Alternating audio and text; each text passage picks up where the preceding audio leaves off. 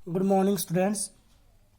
तो हमने France revolution का जो चैप्टर स्टार्ट किया हुआ है उसकी आज ये लास्ट वीडियो है।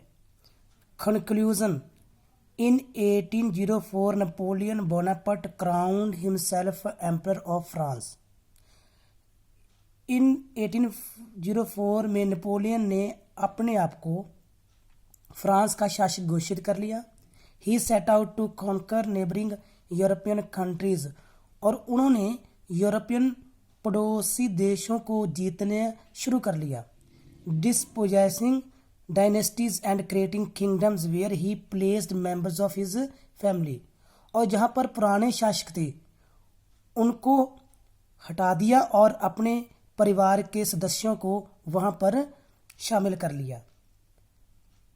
Napoleon saw his role as a modernizer of Europe. Europe के आधुनिकीकरण का नेपोलियन अपने आप को जन्मदाता मानता था।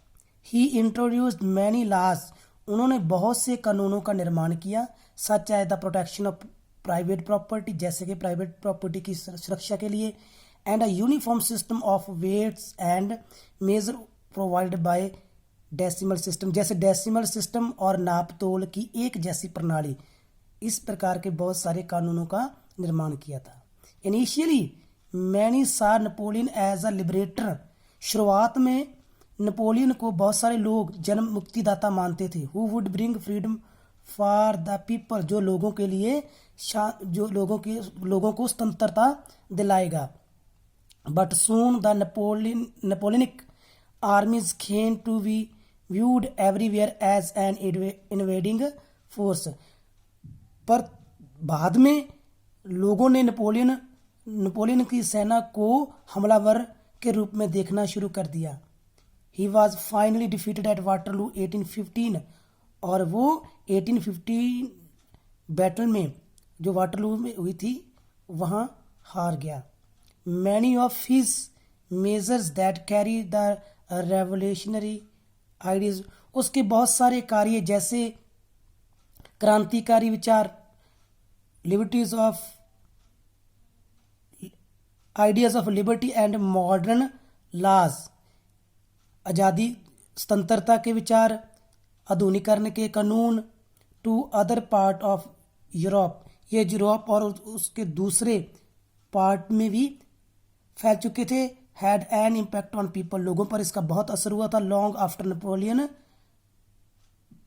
हैड लेफ्ट, जब नेपोलियन की मौत हो चुकी थी उसके बाद इसका असर दूसरे यूरोप और दूसरे देशों में दिखाई देने लगा था। The ideas of liberty and democratic rights were the most important legacy. स्वतंत्रता का विचार और लोकतंत्रता का विचार, ये फ्रांस क्रांति की सबसे मोस्ट इम्पोर्टेंट विरासत थी। These spread from France to rest of Europe during the 19th century, ये 19th सेंचुरी में यूरोप और बाकी देशों में भी फैल चुका था। वेयर फ्यूडल सिस्टम, जहाँ पर संपत्ति राज वर एबोलिस्ट, खत्म हो चुका था।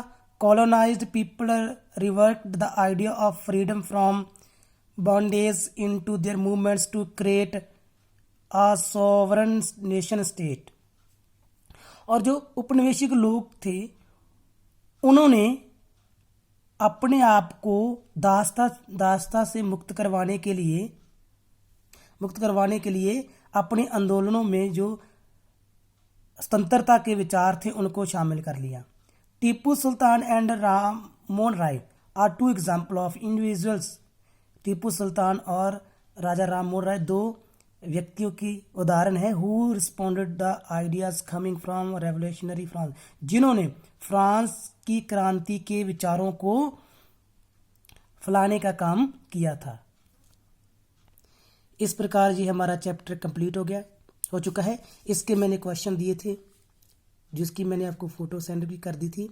और ये how would you explain rise of Napoleon, ये आप इसका आंसर है, ये जो भी मैंने अब रीड करवाया है, और ये भी क्वेश्चन थर्ड शॉर्ट का आंसर है।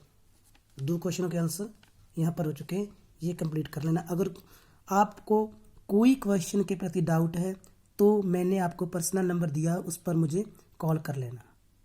Thanks, have a nice day.